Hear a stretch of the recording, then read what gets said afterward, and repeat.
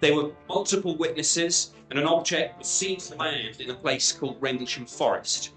I think the most impressive thing about this National Press Club Conference on Disclosure was all the evidence around the Rendlesham landing. Britain's best-known UFO sighting occurred in 1980 and involved United States Air Force personnel from 2 military bases in the UK. This UFO was seen on 2 separate consecutive evenings, and that just doesn't happen in UFO cases.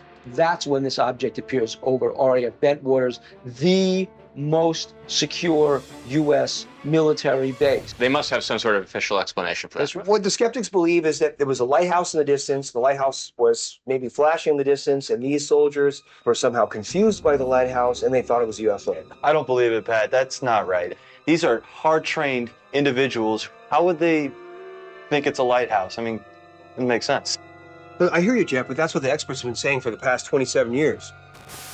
And we're looking at this way, obviously. Okay. There's the farmer's house. Yeah. The object was out here in the field, over here. Right. The lighthouse is over there, about 30 degrees. About 30 degrees.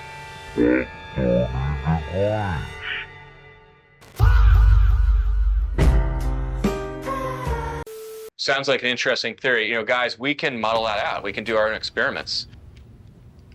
No, God! I see it. Jeff, why don't you bring the magic UFO wand in, and we're going to approximate it in that area.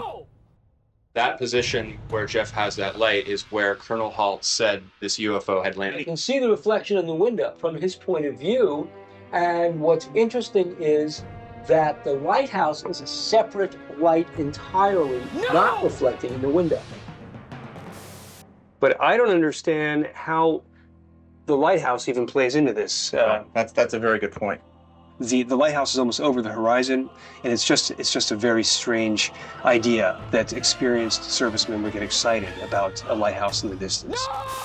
Since this episode of UFO Hunters aired in 2008, Lieutenant Colonel Charles Holt, one of the guys who witnessed whatever this was, and the guy that was famously recording this event on a tape recorder, went back out there in 2009 with a couple of investigators, and after retracing his steps and going over the original witness statements, and finding key landmarks in his voice recording, he finally realized that the Orford Ness Lighthouse was not 30 degrees off to the right like he's been saying since 1980.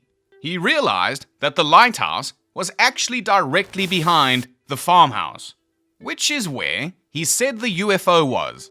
Well, if that's where the UFO was, then the UFO was clearly the Orford Ness Lighthouse, as you can clearly see in this photograph.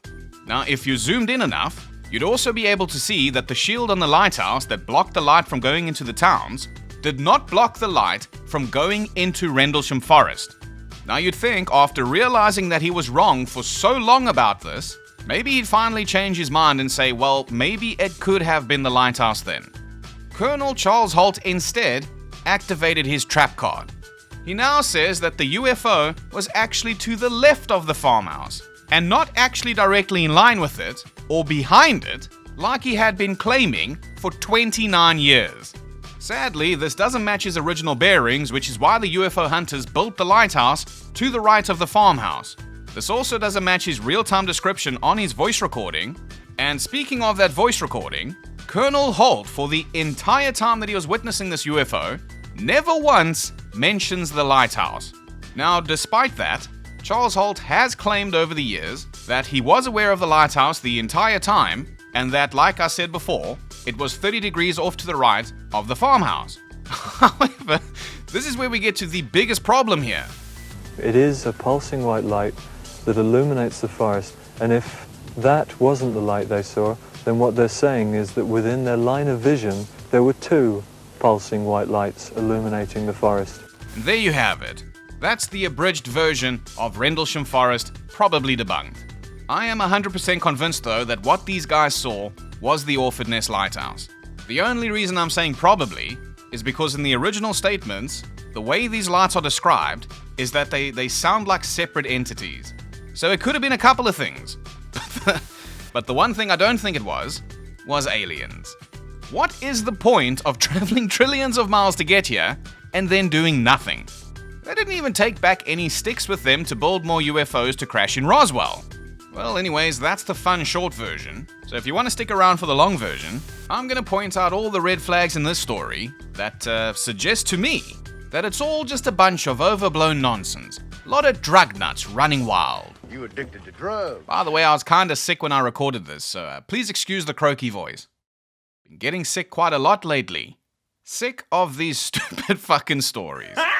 Anyway, in today's episode of What a Bunch of Fucking Bullshit, Rendelscam Forest.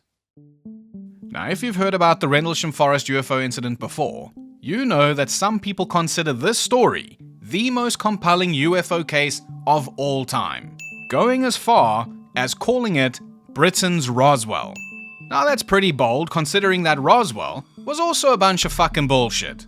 The guy that found the thing said that he found sticks, tinfoil, and rubber strips, because that is obviously what the aliens make their spaceships out of. But whatever. Back here at Rendelsham, we have a Deputy Air Force Base commander who said that whatever it was he saw that night, it was fucking aliens. And we've also got a staff sergeant from this Air Force Base who says that he touched an alien spacecraft. And that's amazing, considering that people can't even get photos of UFOs. Well, anyway, that's the story, at least according to this Deputy Base Commander and the Staff Sergeant.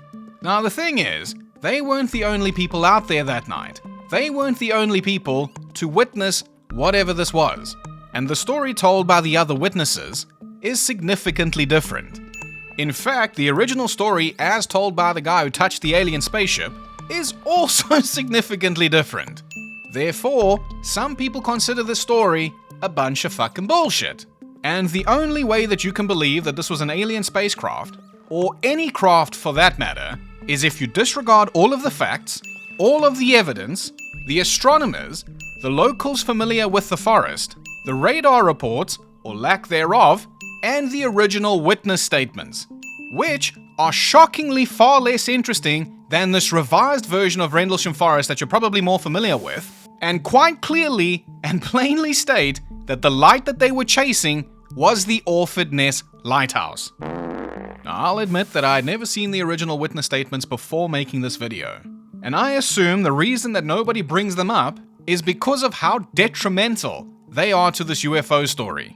In fact, I'd like to mention now as well that these statements were only made public for the first time in 1998, when a guy named James Easton, a UFO researcher and ex-believer, found copies of these statements in the files of an organization called CAUS, Citizens Against UFO Secrecy. Now, CAUS got these statements directly from that Air Force Base Deputy Commander, Lieutenant Colonel Charles Holt, and apparently they got them sometime shortly after the incident, and then, for some reason, they kept them hidden from the public for 18 years. What a bunch of fucking hypocrites. So anyways, James Easton found them, he made them public, and these statements turned this man from a believer into a skeptic. Well, anyway, we've faffed about enough now, so how about we get started? So the basic summary of the story is this. Some personnel working at the Twin Royal Air Force bases in Suffolk saw some weird lights in the forest. Since most of these guys were new to the base, and American and unfamiliar with the area by the way, none of them at the time knew about the Orford Ness Lighthouse.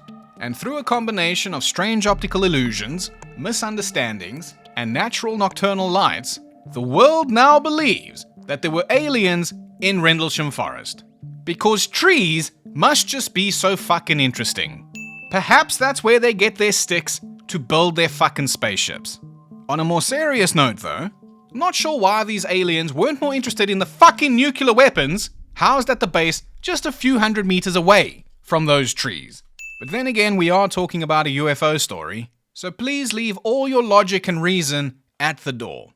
We don't need any of that shit here. So let's take a look at Rendelscam Forest on Google Maps here, so we have a better idea of where aliens landed on Earth for the very first time.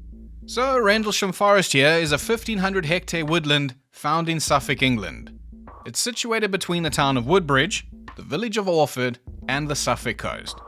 Now, as you can see here, Google Maps even has the UFO landing site marked as a point of interest because, tourism.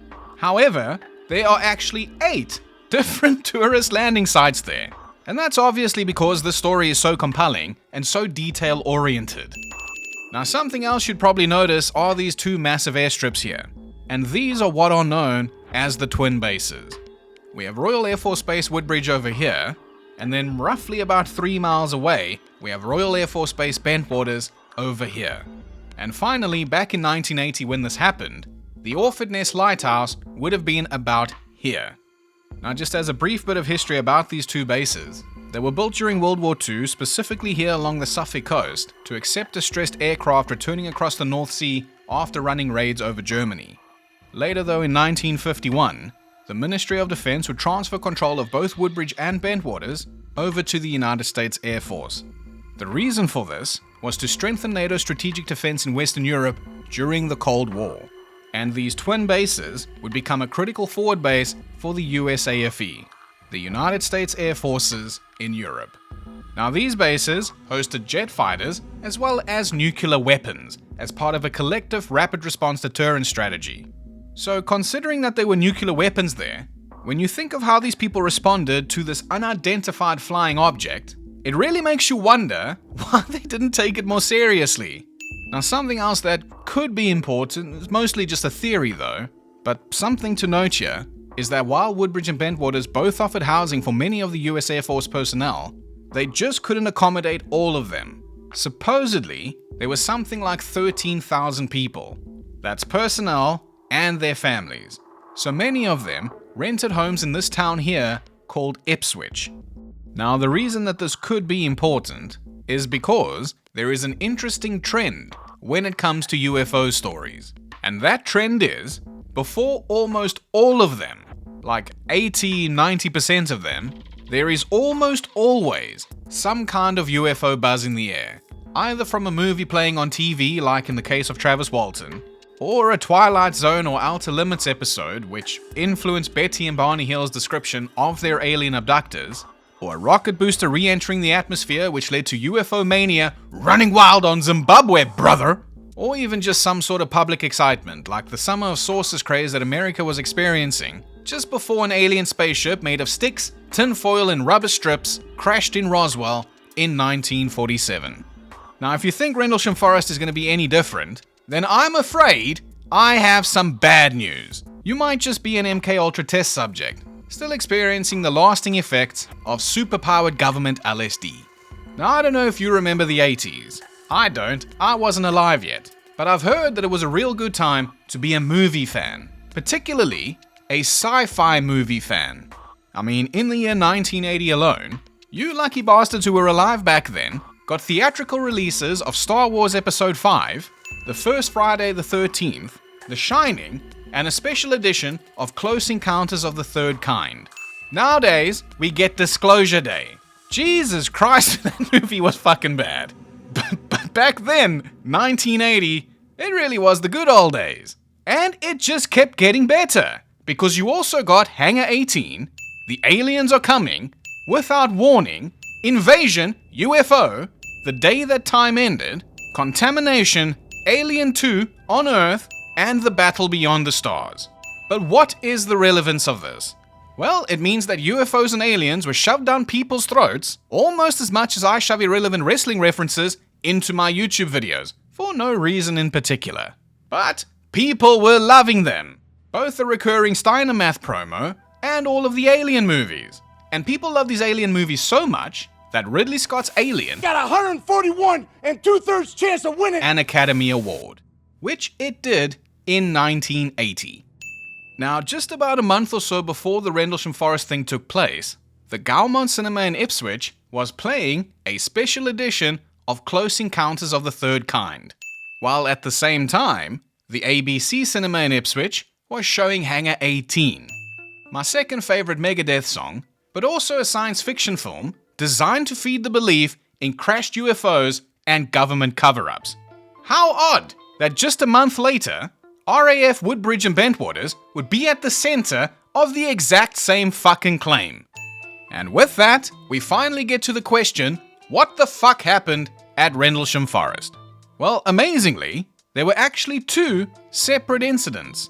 Now, according to the deputy base commander at the time, Lieutenant Colonel Charles Holt's official memo that was declassified by the Ministry of Defense, the first incident took place in the late hours of December 27, 1980, and the second incident, which he witnessed himself, took place in the early hours of December 29th. However, Charles Holt somehow got both of these dates wrong in his official memo. These incidents actually occurred on December 26th and December 28th.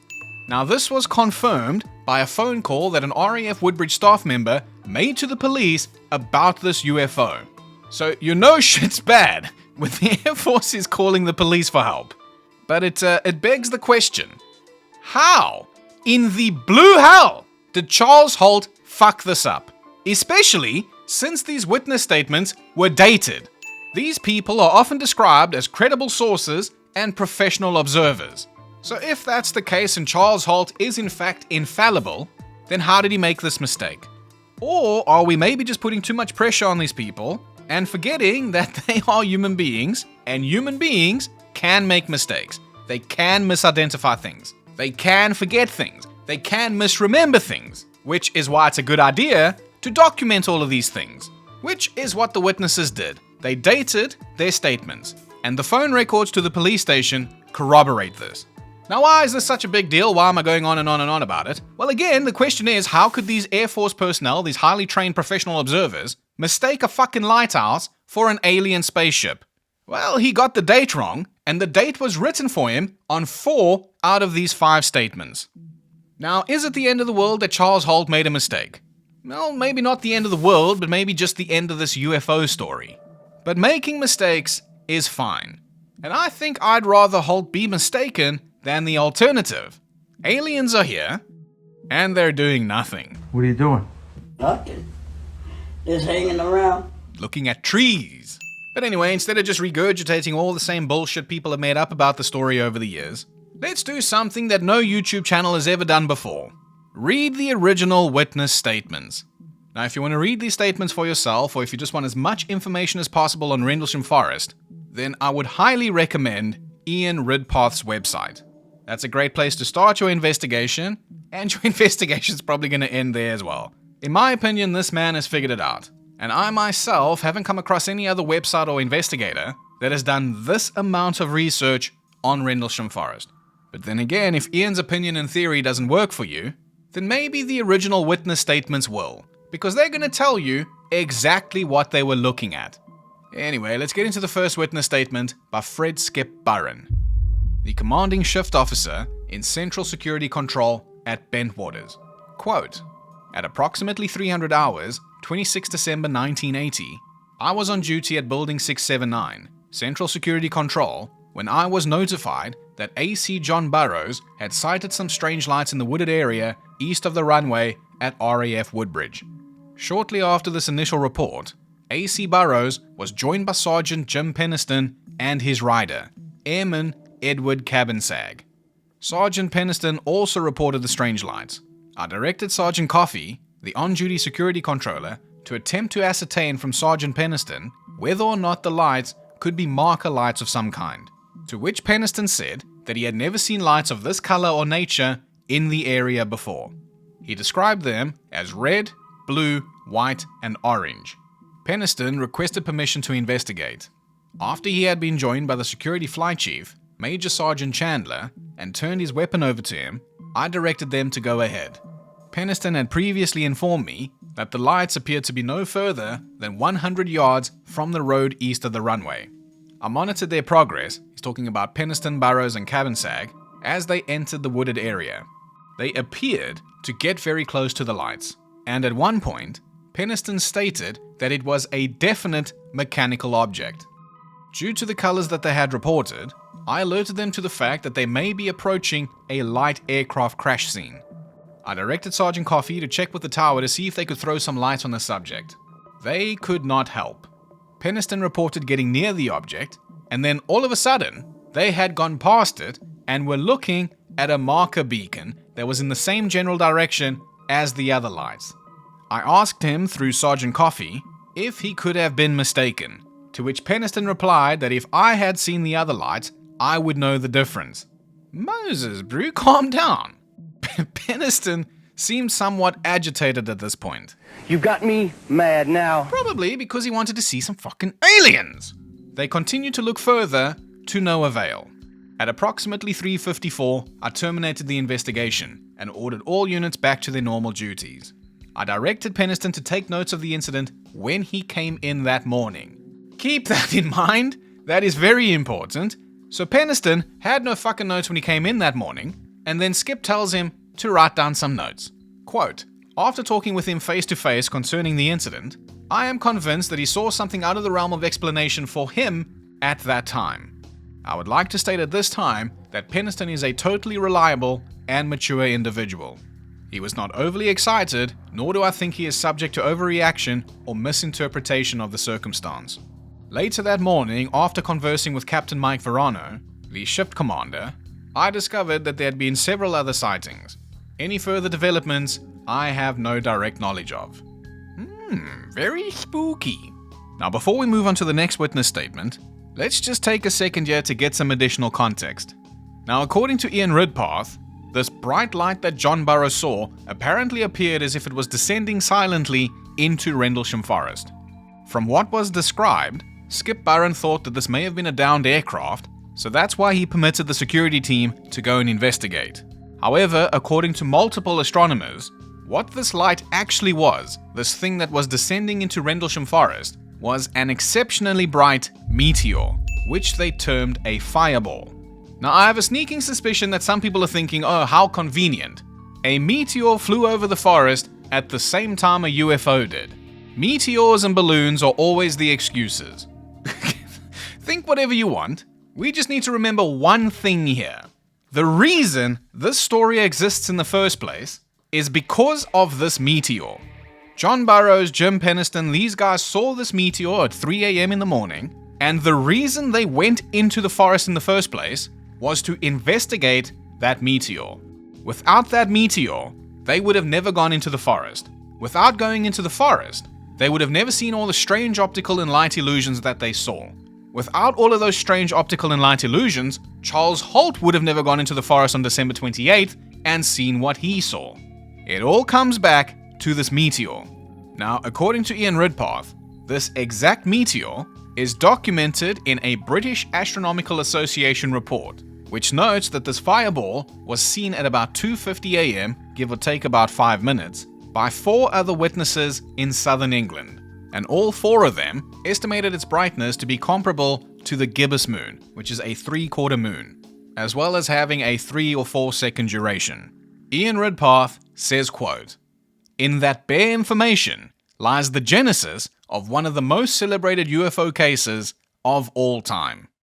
So what we know is this fireball would have been very bright, and based on all of the information available, from their perspective, from RAF Woodbridge, the fireball would have appeared to have landed in Rendlesham Forest. But according to Ian Ridpath, quote, critically though, the security guards thought that something had come down, so they went into the forest expecting to find it. Hence, they would have been in the state of mind to misinterpret any unknown light.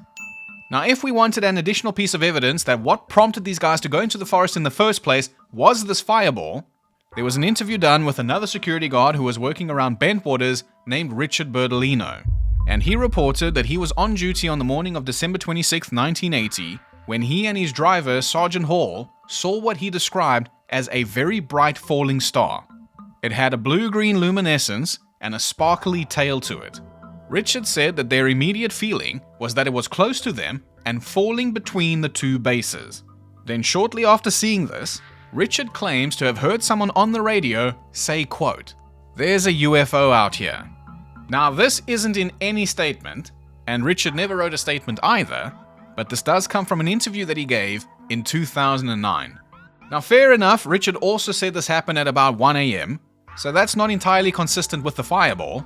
But then again, Charles Holt got both of the fucking dates wrong immediately after this happened, despite having the actual date written on the original witness statements. But we must also keep in mind that this comes from an interview done 29 years after this incident. So I suppose it's fine if he's off by 2 hours. However, yeah, it would have been great if he said it was at 3 o'clock in the morning.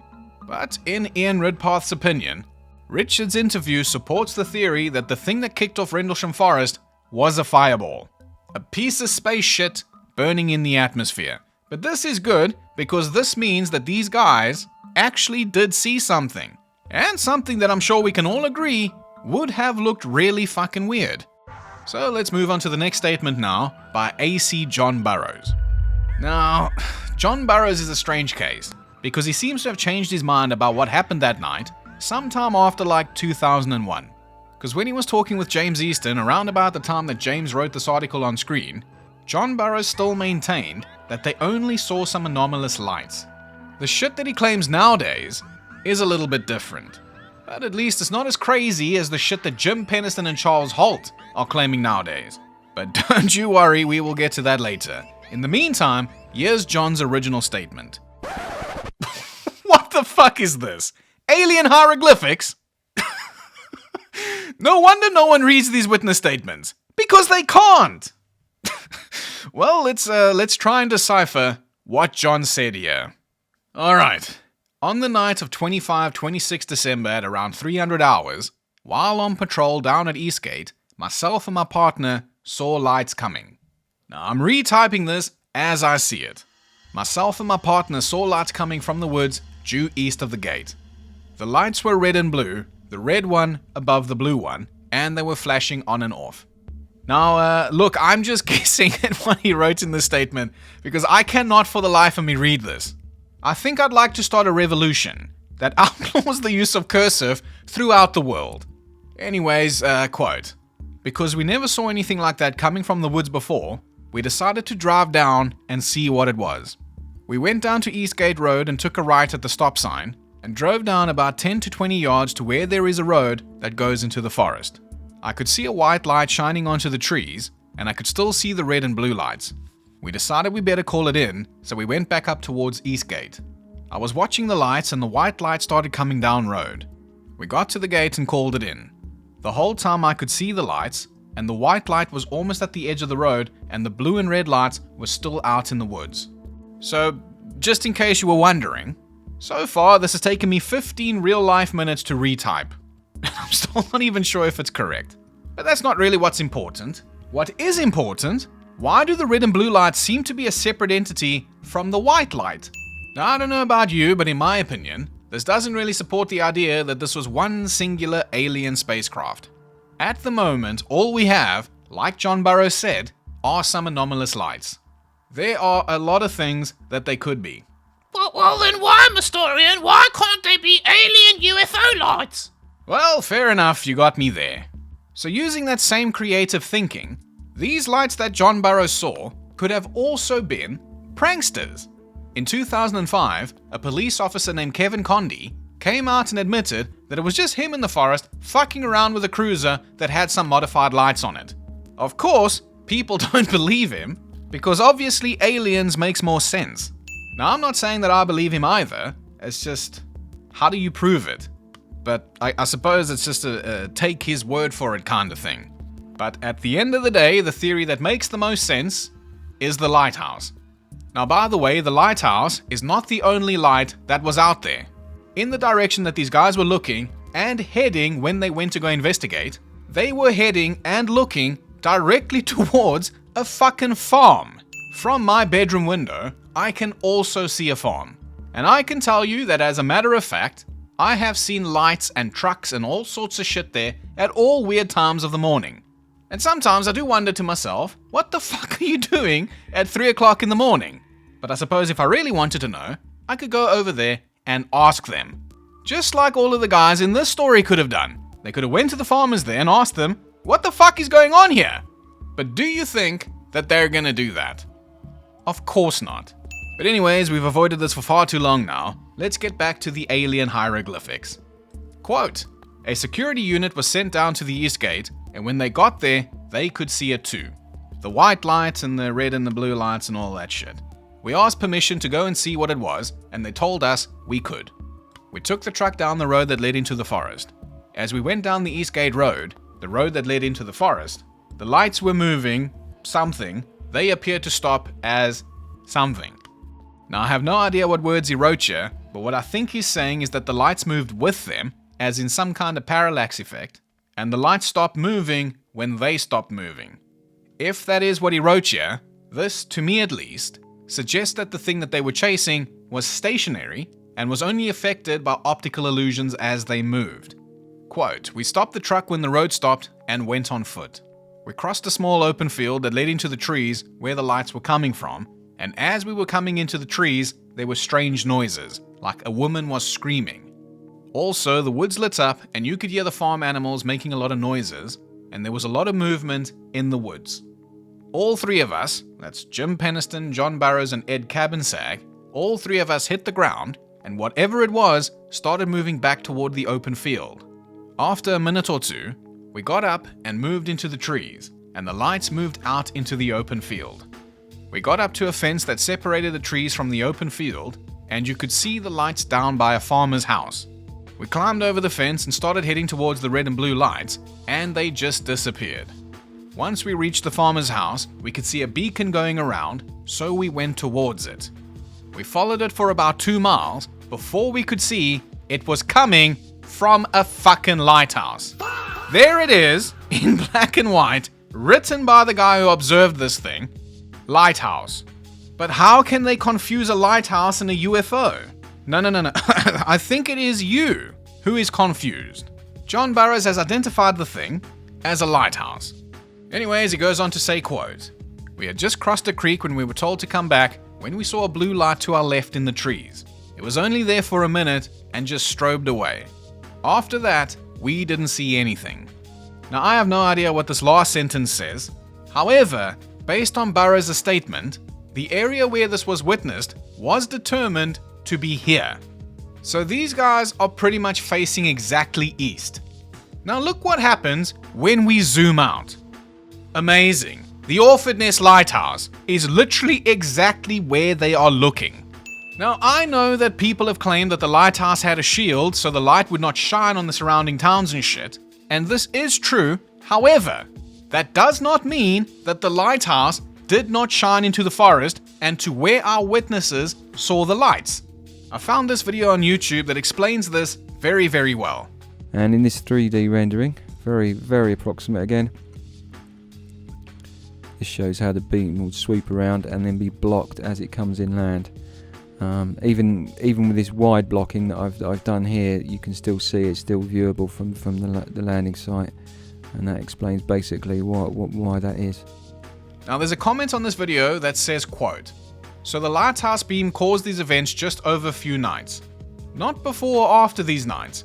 Make it make sense."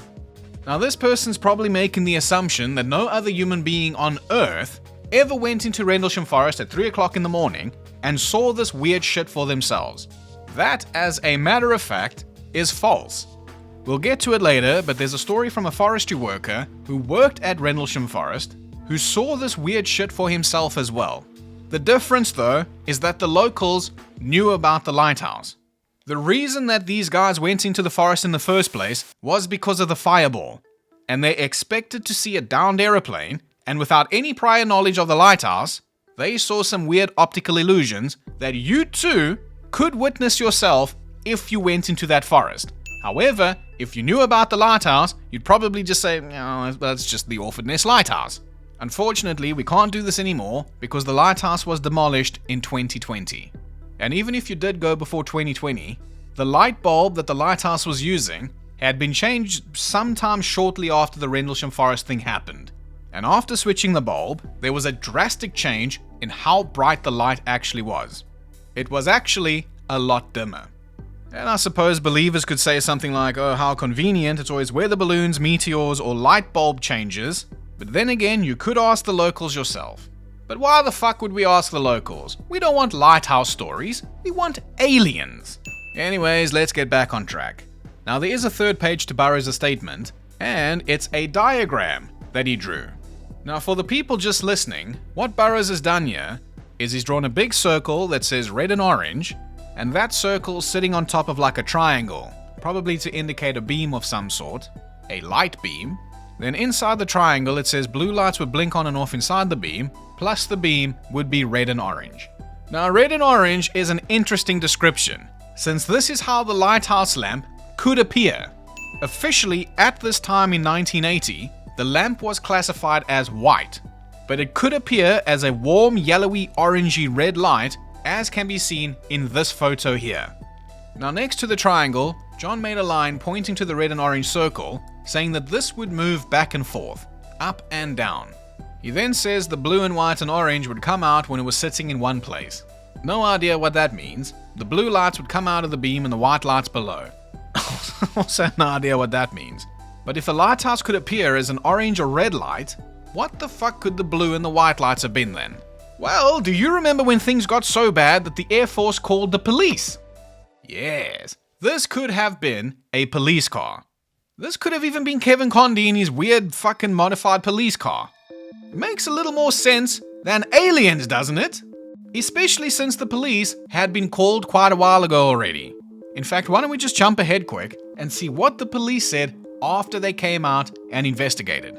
Here's what Inspector Mike Topless of the Suffolk Police said. Quote, "The immediate area was swept by powerful light beams from a landing beacon at RAF Bentwaters and the Orford Ness Lighthouse. I know from personal experience that at night, in certain weather and cloud conditions, these beams were very pronounced and certainly caused strange visual effects." So there you go. The locals were familiar with this effect caused by the lighthouse, and even the police thought that they were looking at the Orford Ness Lighthouse. Remember this for when we get to the second sighting, because the police aren't even gonna fucking bother coming out. And one more thing before we move on to the next statement. Just for clarity as to what the noises were that sounded like a woman screaming, those screams were the aliens abducting people who would never go on to make a nice movie or a book deal out of their experience. They would sadly never undergo hypnotic regression, and they would never remember what had happened to them that night. Or it was just muntjac deer, which are known to sound like screaming women and are known to live in Rendelscam Forest. Anyway, let's move on to Ed Cabansag's statement. And I also just want to emphasize something really important here. Ed Cabansag was with John Burroughs the entire time. And very suspiciously, Ed Cabansag is very often omitted from the batshit crazy versions of Rendelsham completely. Most likely because his statement does not fit with the later revisions of the story. Or because he didn't want to make up a bunch of bullshit. Anyway, here we go. On the 26th of December 1980, Sergeant Penniston and I were on security number 6 at Woodbridge Base. Now notice how Ed Cabansag spells Jim Penniston's name, indicating that he probably didn't know this man too well, supporting the fact that these guys were new arrivals at this base. But anyway, quote, "We were patrolling Delta Napa when we received a call over the radio. It stated that police number 4 had seen some strange lights out past the East Gate and we were to respond. Sergeant Penniston and I left Delta Napa, heading for East Gate Code 2. When we got there, Sergeant Bud Stevens and AC John Burroughs were on patrol. They told us that they had seen some funny lights out in the woods. We notified CSC, which would be Central Security Control, and we asked permission to investigate further. They gave us the go-ahead. We left our weapons with Sergeant Stevens, or is it pronounced Steffens? Since I'm not sure, I'm just going to call him Bud. So these guys handed over their weapons to Bud, and Bud remained at the gate. Thus, the three of us, Ed Cabansag, John Burroughs, and Jim Penniston, went out to investigate.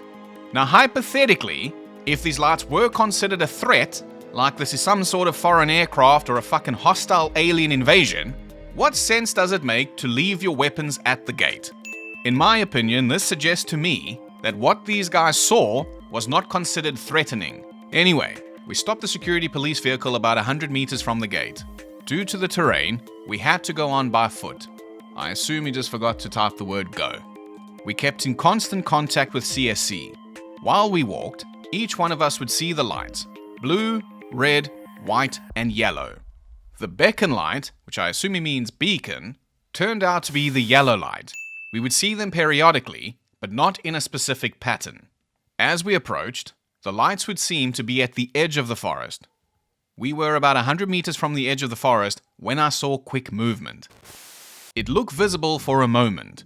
It looked like it spun left a quarter of a turn. Then it was gone. I'd advised Sergeant Penniston and AC Burroughs. We advised CSC and proceeded in extreme caution. Now again, you don't have any fucking weapons out there. So if you felt any kind of threat at all, why didn't you turn around? I assume it's because they didn't feel that threatened. They didn't feel the need to call backup, they didn't feel the need to go back and get their weapons. They just went on, but with extreme caution. When we got about 75-50 meters, again I assume he means from the edge of the forest, Major Sergeant Chandler, Flight Chief, was on the scene. CSC was not reading our transmissions very well, so we used Major Sergeant Chandler as a Ooh. You people are making me lose my voice doing all this yelling. Undeniable evidence that I am not AI. Anyways, Major Sergeant Chandler remained back at our vehicle. So this is another thing that, in my opinion, is quite important to keep in mind here. The batshit crazy version of Rendelscam Forest claims that at some point after this, Jim Penniston is going to touch an alien spaceship. So if he had lost contact with CSC, and he wasn't reporting this as he went along, as much as it pains me to say that if he was alone out there and had no radio contact with anybody, then I suppose there's no way to disprove that. There is also, sadly, no proof of it either, because according to Major Sergeant Chandler, he was in contact with Penniston the entire time. There is also no mention of Penniston seeing or touching a UFO. The closest that we get to that is there's a light out here, and it's definitely mechanical. And with a vague description like that, I can't even begin to imagine what this thing even looked like to him. So that's why, people like me don't say, oh, mechanical object equals alien spacecraft. You're gonna need a little more than a mechanical object. Anyways, back to it. As we entered the forest, the blue and red lights were not visible anymore. This is the second witness now who has quite clearly and plainly stated that these lights were not one single entity. As Cabansag says, only the beacon light was still blinking. We figured the lights were coming from past the forest, since nothing was visible when we passed through the woody forest. We would see a glowing near the beacon light, but as we got closer, we found it to be a lit-up farmhouse. After we passed through the forest, we thought it had to be an aircraft accident. So did CSC as well. But we ran and walked a good 2 miles past our vehicle until we got to a vantage point where we could determine that what we were chasing was only a beacon light off in the distance. Amazing! Now Ed Cabansag doesn't explicitly state that it was the Orford Nest Lighthouse, but that is the direction that they would be looking. As he says here in his statement, our route through the forest and field was a direct one, straight towards the light. So that means that if they went directly towards the farmhouse, and they passed the farmhouse and they kept heading straight towards the light that they were chasing was the Orford Nest Lighthouse. There is no debate on that. This photo here proves that. Ed Cabansag says that the light was blinking, and that is pretty much how a lighthouse looks. Anyways, he goes on to say that we informed CSC that the light beacon was farther than we thought. Wow, look at that. Even more proof that the light was the Orford Nest Lighthouse. And so, CSC terminated our investigation. AC Burroughs and I took a road, while Sergeant Penniston walked straight back from where we came from. So it's at this point now where Jim Penniston splits up from Burroughs and Cabansag and fucks off himself through the forest. However, he was there with John Burroughs and Ed Cabansag when they came to the determination that the light that they were chasing was the Orford Nest Lighthouse. Back to Ed Cabansag's statement. AC Burroughs saw the light again. This time it was coming from the left of us as we were walking back to our patrol vehicle. We got in contact with Sergeant Penniston and we took a walk through where we saw the lights. Nothing. Finally, we made it back to our vehicle after making contact with the C's and informing them of what we saw. After that, we met Major Sergeant Chandler and we went in service again after termination of the sighting. End quote. So I think that is all pretty clear. Now, if you disagree with that and want to ignore all of the evidence that what they were chasing was the Orford Nest Lighthouse, then whatever. Fair enough. Unfortunately, believers will continue to ignore this simple explanation because it is not the explanation that they want. But let's just try to find common ground here. I don't think there's a single person in the world who does not want it confirmed that there is other life out there in the universe. I've said this before, but that would probably be considered the greatest discovery of all time. But you need to keep in mind that the evidence needs to be conclusive. In this case, these guys just happen to see a UFO where a lighthouse is. It is blinking like a lighthouse, it has the same color as a lighthouse, and as Jim Penniston will tell you in his statement later, it pretty much flashed with the same intervals as the Orford Ness Lighthouse as well. So all of the clues, all of the evidence, and all of the statements point towards the UFO being the Orford Ness Lighthouse. Now I know how pissy UFO enthusiasts get when people say that the Rendelscam Forest UFO was just the Orford Ness Lighthouse. They start throwing big fucking tantrums and start throwing out words like, Shut up! You're just a debunker! A no good skeptic! like that's supposed to be offensive. You know, I think we all want the same thing here. It's just a matter of what we're willing to accept in order to believe it. If Rendelscam Forest is supposed to be Britain's Roswell, because Roswell is the UFO case, making Rendelscam Forest the UFO case of the UK, then I'm afraid I have some bad news. This might just be the most embarrassing UFO story I have ever covered. I mean, what if I told you that my cat Misty can speak Japanese? You know that cats exist. You know that Japanese exists. You know that cats can vocalize, and some animals can vocalize in a way that mimics human speech. So why is it so preposterous for my cat Misty to be able to speak Japanese? Because you've never seen it before, right? You've never seen a cat speaking Japanese. I'm sure that you'd probably want some proof before you believed me. But what if I then said, Misty's shy and she doesn't like to talk on camera? You just have to believe me. You'd probably think that I'm full of shit. But the thing is, when she speaks to me, because I can't read or understand Japanese, I can then go to a therapist, undergo hypnotic regression, and remember the words that she said to me. Then I'm able to go into Google Translate, and I can figure it out. Would you be convinced? Would you believe that cats can now speak? Of course not. So how the fuck am I supposed to be convinced that this man saw an alien spaceship because he drew one? You guys are never going to believe what just happened. So I stopped recording after that sentence, and then Misty immediately started speaking Japanese. This is what she said. そんなに簡単に騙されるなよ。まったく。Don't be so fucking gullible. Got him! And with those words of wisdom, let's get to Jim Penniston's statement. Now the first thing you'll probably notice is that Jim's statement is neither dated nor signed. Nor does it mention the lighthouse at all. So that kind of makes him the obvious odd one out here. But other than omitting the lighthouse, Jim is also the only guy here who has drawn what the UFO looked like to him. So I'm going to do a little bit of 4D chess here and jump ahead a good couple of years.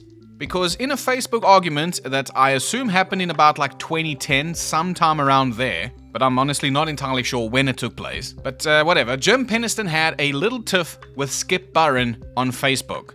And from what I observed, it kind of seemed to me like Jim Penniston used the fact that his statement was neither dated nor signed as some sort of gotcha kind of moment. Jim Penniston literally wrote on Facebook, with a page he runs with John Burroughs, quote, "Why isn't my statement signed or dated? Is it because my statement does not exist? Because I never wrote one for you? Because it was not written? I wrote one statement with all information. That was to a FOSI. That's the Air Force Office of Special Investigations, who we know all too fucking well now from the Battle of Los Angeles video. But Jim goes on to say that the statement in Colonel Holt's office was handwritten and signed. The only one that's been published is a unsigned, undated, typed statement. This is the statement a FOSI wanted to release to command. That also includes you." And he's referring to Skip Buran. Now, I don't know what the fuck he's trying to say.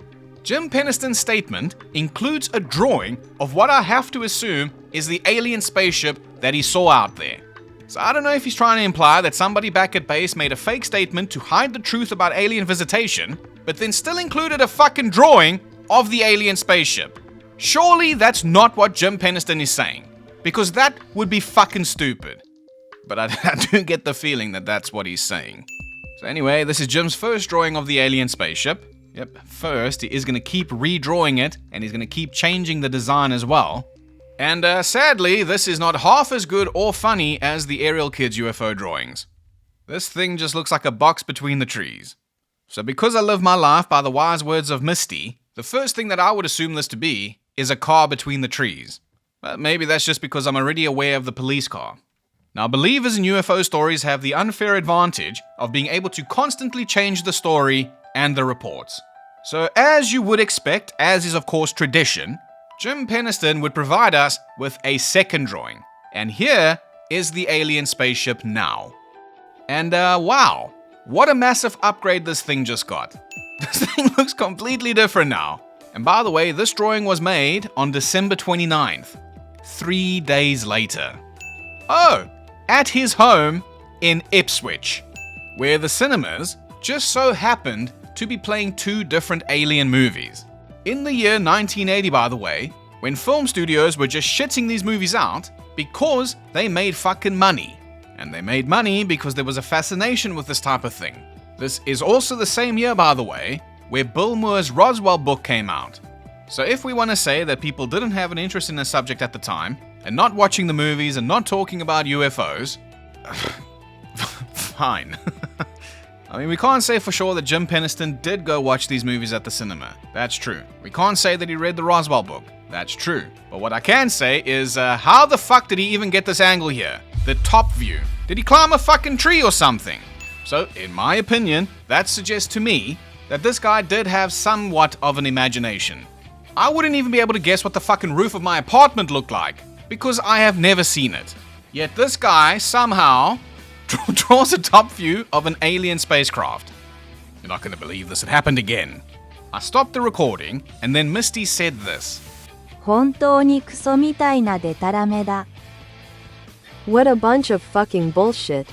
She's quite clever. She tricks us quite often into feeding her breakfast twice. So whatever Misty says, I usually just believe. Yeah, well, anyway.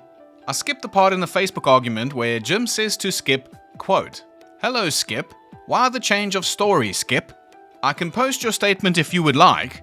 It is much different than what you are saying up there." Skip then says, "Post it." Jim, of course, does not post it. Nor does he post his own quote-unquote real statement, as is of course tradition. So unfortunately, based on how much Jim has changed the story over the years, and the fact that his original statement came with a drawing of the supposed alien spaceship, I'm kinda inclined to believe that this is his original statement. And sure, maybe he did write a different one for a FOSI a few days later. But my assumption that this is his original statement is based off the pattern that Jim has been exhibiting ever since this night in 1980. As proven here with how much his drawing changed within just the first 3 days. Oh, and by the way, in Jim's original drawing, he describes the light as blinking. Blinking! Like a fucking lighthouse does. I've stood around, I've listened to everything you had to say. Yep, you got me mad now. So as these original witness statements clearly imply, Penniston, Burroughs, and Cabansag were all together when they came to the determination that the light that they were chasing was the Orford Ness Lighthouse. However, in Penniston's statement, he doesn't explicitly state that what they were chasing was a lighthouse, but he does describe a blinking red light, which most likely was the Orford Ness Lighthouse. Had Penniston already realized his mistake and was already working on deniability? Who knows? Anyway, here is Jim Penniston's statement. Quote, "Received dispatch from CSC to rendezvous with Police 4 AC Burroughs and Police 5 Sergeant Budd at Eastgate Woodbridge. Upon arriving at Eastgate, directly to the east about 1/2 miles in a large wooded area, a large yellow glowing light was emitting above the trees." Amazing! Directly to the east, a large yellow light was emitting above the trees. As we have already determined and proven, that is the Orford Ness Lighthouse. The Orford Ness Lighthouse is almost perfectly east of RAF Woodbridge. Now, if you needed any more proof of this, Jim Penniston says in the center of the lighted area, directly in the center ground level, there was a red light blinking on and off every 5 to 10 second intervals. Again, that pretty much describes the Orford Ness Lighthouse. I really don't understand how anyone can believe that what these guys saw was anything other than the lighthouse. Alright, it's because all the people who want to believe that this was aliens didn't even bother reading these original witness statements. Because we don't want witness statements. We want aliens. Anyway, not that there's much point continuing the story now since we have determined what the light these guys saw was. Jim goes on to say, quote, "There was also a blue light that was being for the most part steady. After receiving permission from CSC, we proceeded off base past Eastgate, down an old logging road. Left vehicle, proceeded on foot. Burroughs and I were approximately 15-20 meters apart and proceeding on a true east direction from the logging road. The area in front of us was lighting up a 30-meter area. When we got within a 50-meter distance, the object was producing a red and blue light. The blue light was steady and projecting under the object. It was lighting up the area directly under, extending a meter or two out. I have no idea what Jim means by that. At this point of positive identification, I relay to CSC, Sergeant Coffey. Positive sighting of object, ... I would like to stop right here to point out how Penniston used these same excessive amounts of full stops in his Facebook argument. So again, if you're going to tell me that this isn't his original statement, whoever the fuck faked this thing did an incredible job of including his habit of adding in excessive full stops. But hey, if you're willing to think that they forged his statement to hide the truth about alien visitation, and then still included a drawing of an alien spaceship, and this description that the UFO was mechanical in nature, then I don't think that there's anything that anyone can do to help you. And that's fine, I suppose people can believe in whatever they want. But please trust me when I tell you that my cat can speak Japanese. You're not gonna believe what just happened. So as I press stop on the recording, Misty told me this. 10億米ドルくれるなら、カメラの前で話しますよ。私はナイジェリアの王子なので、必ずお返しします。信じてください、兄弟。I will speak on camera for 1 billion American dollars. I am a Nigerian prince and will repay you. Trust me, bro. I hope this doesn't count as using AI in videos. It's a joke! Except Misty can speak Japanese. That's true. Anyway, okay, so Penniston says the thing is definitely mechanical in nature. This is the closest point that I was near the object at any point. Amazing! So he doesn't mention touching it or climbing a tree to look down on it and draw it, but he does mention that we then proceeded after it. It moved in a zigzagging manner back through the wood, then lost sight of it. On way back, we encountered a blue streaking light to the left, lasting only a few seconds. After a 45-minute walk, arrived at our vehicle. Well, isn't that weird? He doesn't mention fucking off through the forest by himself, and the fact that he was not actually there to witness that blue light on the left with Burroughs and Cabansag.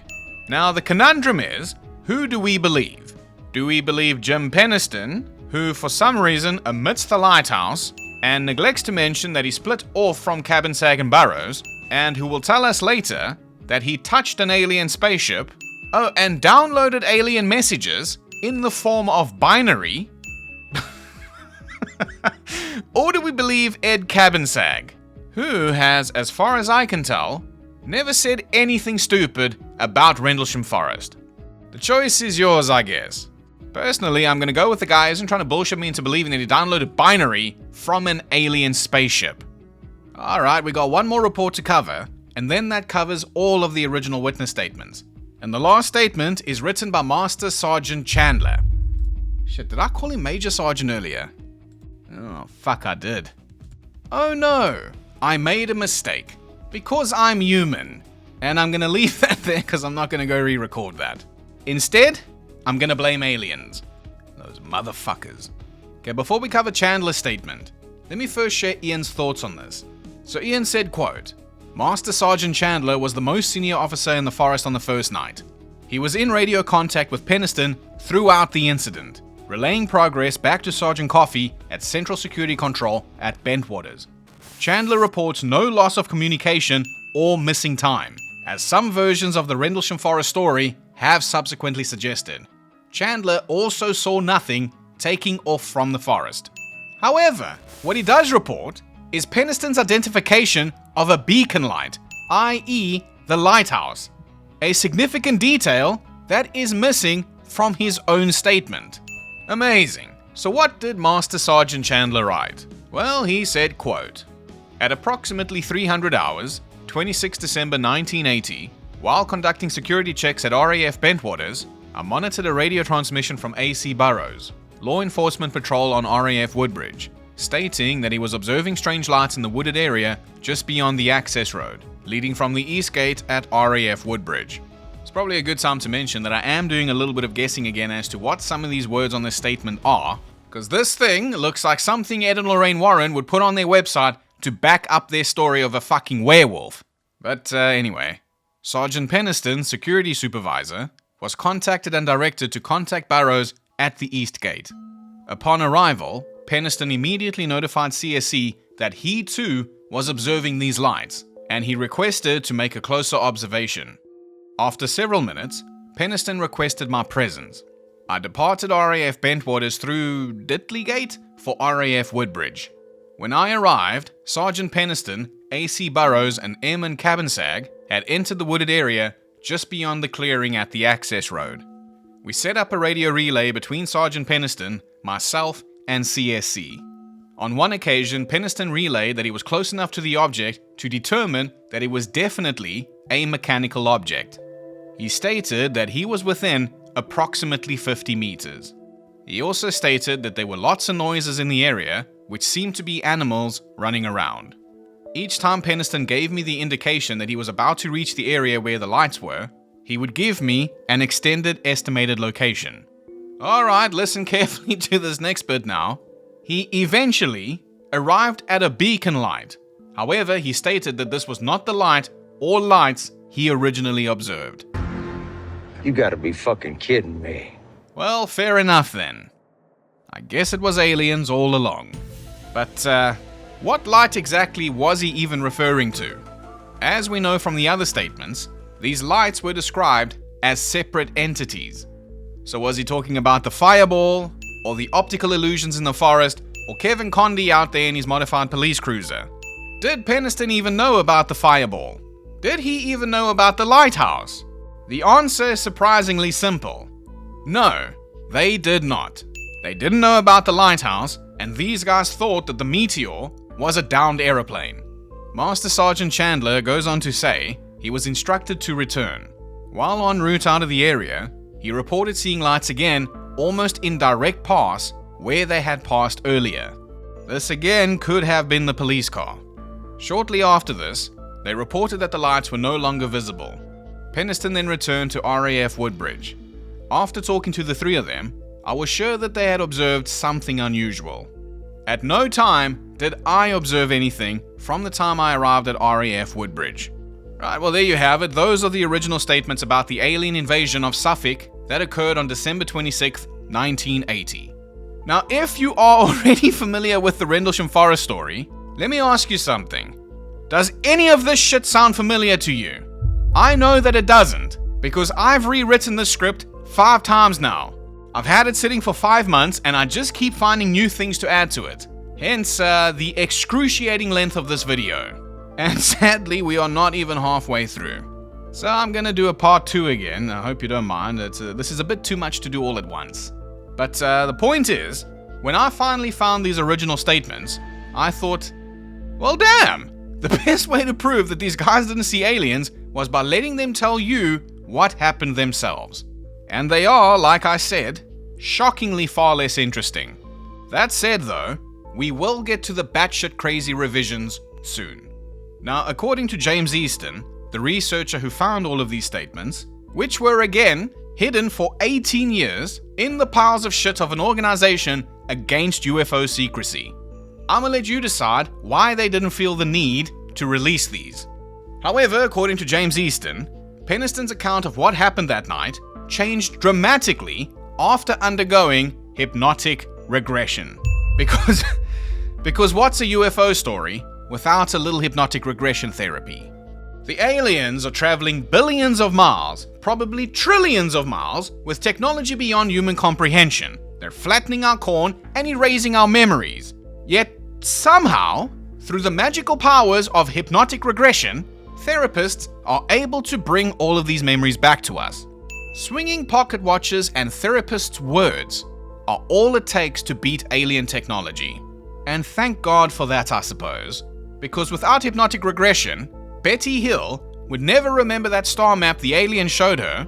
The star map that was literally fuck all, which is honestly the most incredible part of that, because there are countless stars in the night sky and an almost infinite amount of possible patterns for star systems. And yet somehow, Betty Hill still managed to draw fuck all. And it really brings up a strange question as well. Why bother show Betty the star map if you're just gonna erase her memories? Good brain. That's anyways, according to James Easton, after undergoing hypnotic regression, Jim Penniston suddenly remembers to have examined a landed craft at his leisure for 20 minutes. Well, that's kind of weird because no one else remembers this, and no one else reported this. But if even Jim Penniston himself did not remember this, then this may be the biggest red flag in the entire Rendelscam Forest story. Because hypnotic regression is a bunch of fucking bullshit. Hypnotic regression, at best, can encourage the subject to fantasize and create false memories.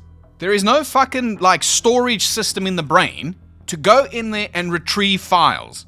The brain doesn't record memories like a fucking video camera. According to Dr. Harriet Hall, a retired Air Force physician and flight surgeon, there was a study that was done where volunteers were divided into two groups. One group was hypnotized, and the other group was asked to just pretend that they were hypnotized. Their behavior was identical. In Robert Baker's book, they call it hypnosis. He claims that there is no such thing as hypnosis. Robert Baker says that it's just a form of learned behavior and compliance with the suggestions of an authority figure. So you can choose who you want to believe, but personally, I'm a little more interested in these uninfluenced original statements that were made just a short time after the incident.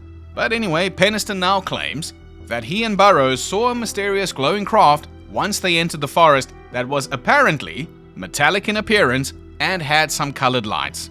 He says as they approached this object, it appeared to move through the trees with movement and speed that defied the laws of physics.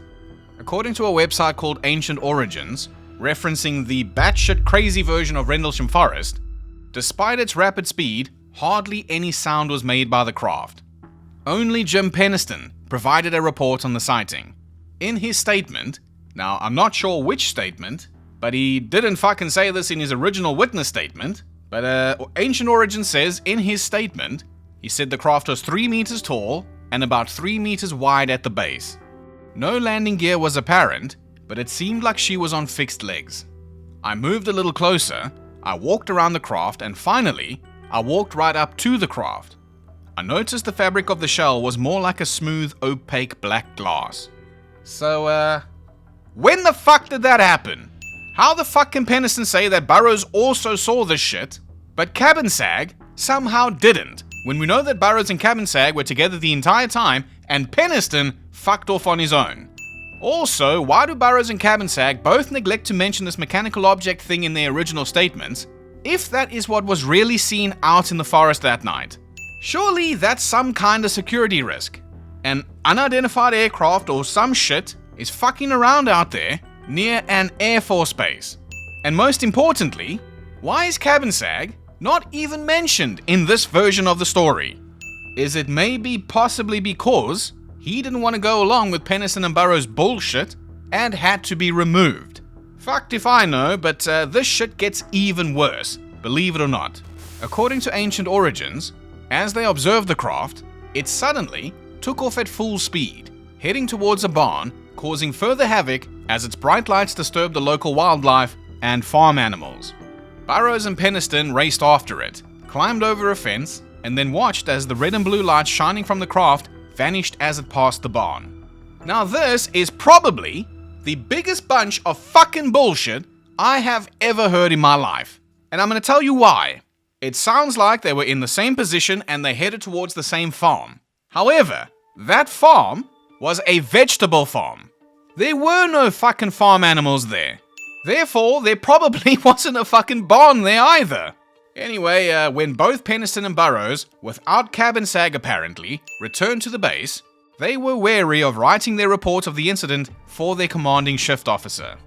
Both decided to write a version that downplayed what they had seen. In their testimonies, they simply stated, saw a mechanical object with red, blue and white lights, but the craft disappeared before we could get a better look. To their dismay, both Penniston and Burroughs were ordered to keep silent about what they saw. So if they had downplayed what they had seen for their reports, why were they told to keep silent? If this was in fact a foreign aircraft, like a spy drone or some shit like that, that is a security risk. Even if it's just the Green Street hooligans fucking around in the forest, that is still something that people should probably know about, considering the fact that there were nuclear fucking weapons at that Air Force base. Plus, I read the entirety of John Burroughs' original statement, and he never once mentioned seeing something mechanical, let alone a glowing fucking craft that shot off at full speed towards a barn. But even if John Burroughs did report a mechanical object or a glowing craft, what about Ed Cabansag then? What was Ed Cabansag told to do? I guess we will never know, because Cabansag was cut from the story. With regards to their statements, Skip Buran told Ian Ridpath that he didn't ask anyone to edit their statements in any way. He said that if anything had occurred other than what appeared in the statements, there's another nice little voice crack for you, those facts should have been included. So again, you can choose who you want to believe. But personally, I'm going with the guy who isn't trying to bullshit me into believing that a 3 meter by 3 meter UFO was zigzagging between these trees in this forest. Here's a photo of the supposed landing site, taken at some time by the police on the morning of December 26th. Sometime after they were called out to arrest some aliens. I assume it's probably the second time they came out, since you can see the daylight at the edge of the forest. But hey, I don't know what kind of MK Ultra LSD you gotta be on to think that a craft that size is zigzagging between these trees. You addicted to drugs. But okay, let's ignore logic. Because what good is logic in a UFO investigation anyway? Oh, and by the way, here's another character that got cut from the revised version of Rendelscam Forest, and you'll figure out why pretty quickly. So when Penniston, Burroughs and Cabansag returned to the base, Burroughs actually met up with a guy named Chris Armold, the USAF law enforcement officer who actually placed the call to the police to report this incident. And he and Burroughs actually went back out so he could see for himself what was happening. According to James Easton, who tracked Armold down in about 1997, Armold told him, quote, "I met Burroughs at the east gate of Woodbridge. We left our guns with the guy riding with Burroughs and drove to the end of the long access road. We left our vehicle and walked out there. There was absolutely nothing in the woods. We could see lights in the distance and it appeared unusual as it was a sweeping light. We did not know about the lighthouse on the coast at the time. We also saw some strange colored lights in the distance, but we were unable to determine what they were. Contrary to what some people assert, at the time, almost none of us knew that there was a lighthouse at Orford Ness. Remember, the vast majority of folks involved were young people, 19, 20, 25 years old. Consequently, it wasn't something most of the troops were cognizant of. That's one reason the lights appeared interesting, or out of the ordinary to some people. As mentioned, Chris Armold is the guy who called the police, and according to the official police report, linked in my description, you can read it for yourself, at 4:11 in the morning on December 26th, the police received this call and went out to take a look. So if you remember, at about 3:54, Skip Buran terminated the investigation and ordered everybody to come back. So on the way back, that blue light that they saw off to their left could have been a police car, since these two timelines now are seeming to intersect. The police report says that when they got out there, they found fuck all. They even spoke with air traffic control at West Drayton, a major UK air traffic control centre at the time located near Heathrow, and according to them and this police report, no aircraft were reported in the area. However, aerial phenomena were reported, most likely that fireball. And something else that might be kinda important here is that when the police were out there in Rendelscam Forest, they mentioned that the only lights visible to them was a landing beacon at RAF Bentwaters and the Orford Ness Lighthouse. Inspector Mike Topless of the Suffolk Police said the immediate area was swept by powerful light beams from that landing beacon at RAF Bentwaters and the Orford Ness Lighthouse. Inspector Mike said, quote, "I know from personal experience that at night, in certain weather and cloud conditions, these beams were very pronounced and certainly caused strange visual effects." Ian Ridpath says, with this statement, Inspector Mike leaves little doubt that he too thought the lighthouse was involved. Now this is the part where conspiracy theorists will usually say some shit like this. Both the American and the British government, the American Air Force, air traffic control at West Drayton, the British police and astronomers are all working together here or something to cover up this UFO story. And that's why the police said they could only see lighthouse beams or something like that. And if that's what you think, go ahead. Because it's not a matter of opinion, it is in fact a matter of fact that when the police were called about this UFO for the third time, and I know we haven't spoken about the second time yet, but when they were called for the third time during Colonel Holt's sighting on December 28th, they didn't even fucking bother going out, saying that this was a reoccurrence of an earlier incident which was seen as somewhat frivolous. Colonel Holt has even spoken about this. He said that they called the police on the night that he was out there, but they didn't show up, saying that there was an alternative call. And this pretty much confirms Colonel Holt's story. Now let me ask you, don't you think that that's just a little bit weird? Don't you think that maybe some police officers wanted to see some fucking aliens? Don't you think an invasion from aliens would be considered kind of important? Well, clearly not, because the police didn't even give a shit. The other call that they responded to was a post office being broken into or some shit like that. But let's just move on. Oh my god, this story is fucking stupid. Now, even though Penniston and Burroughs were told to keep quiet, and Ed, Skip, and Chandler were told to do whatever the fuck they want because no one cares about what they have to say, I suppose, Penniston went back out to where he thought the UFO landed when the sun was up, I assume. Because it just says he went back out there the next day. And despite all odds, Penniston somehow found the landing site. Which is amazing considering that this is something that people today still cannot do. You know, with the 8 landing sites out there and all, whatever. According to Ancient Origins again, on the forest floor, Penniston discovered circular impressions made by a heavy object. Now these impressions were apparently spaced about 9.8 feet apart, or about 3 meters apart. And I assume that's where he gets the idea that this triangular alien spacecraft was 3 meters by 3 meters.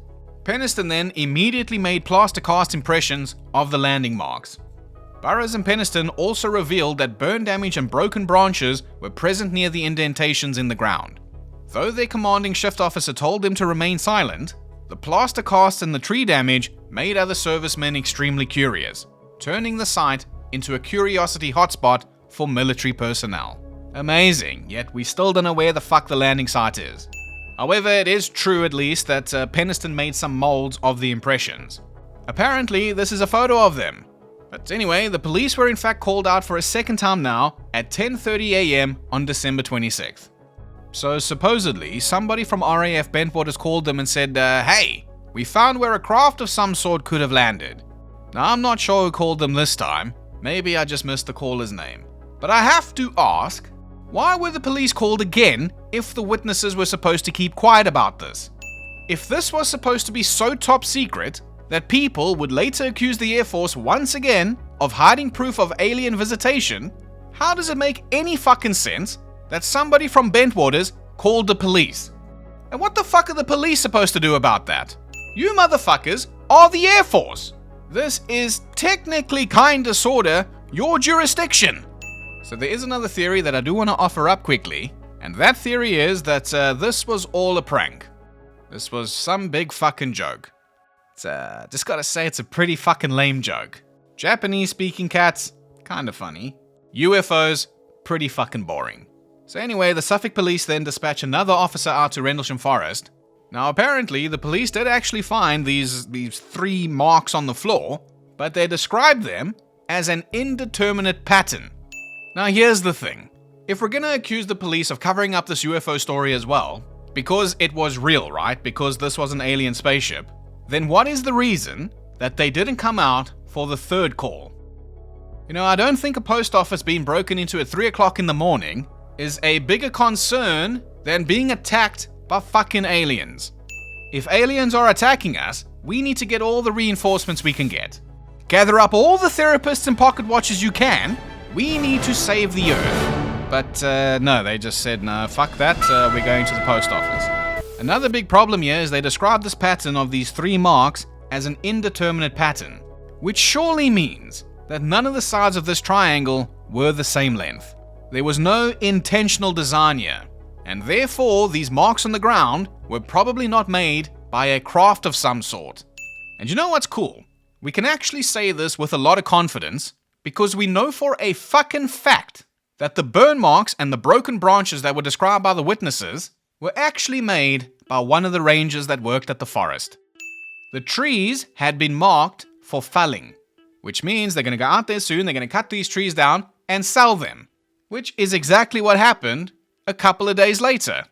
Now, to put a little more salt in the wounds of Britain's Roswell, the police officers also said that these markings, these indentations, were of no apparent depth and could have just been made by an animal. Ultimately, the police were not convinced that anybody saw a UFO. What a compelling UFO story. What a bunch of fucking bullshit. Now, unfortunately, we've only covered the first sighting, and I gotta admit that I'm pretty tired. This is a long-ass recording, and it's gonna take me quite a while to edit this. So, I'm sorry, I gotta take a break here, and then I'll do the second sighting in a separate video. But I'll try not to keep you waiting too long. If part 2's done by the time you're watching this, I'll just link it on the end card, so just check the end card at the end of the video. In the next one, we'll take a detailed look at Colonel Holt's sighting, and we'll take a look at Jim Penniston's claim that when he touched the alien spacecraft, he downloaded a binary message. Yeah, right, that's the first UFO sighting. They saw a fireball, a lighthouse, and some animal scrapings. What a bunch of fucking bullshit. You're not going to believe this, but just as I stopped recording, Misty said this. いいねとチャンネル登録をしてね。そうしないと、あなたの魂を食らっちゃうよ。Like and subscribe, or I will eat your soul. Moses! That's a bit much, but I guess we should listen to her. She is pretty clever. Anyway, this has been enough brain rot for one day. I'm leaving now.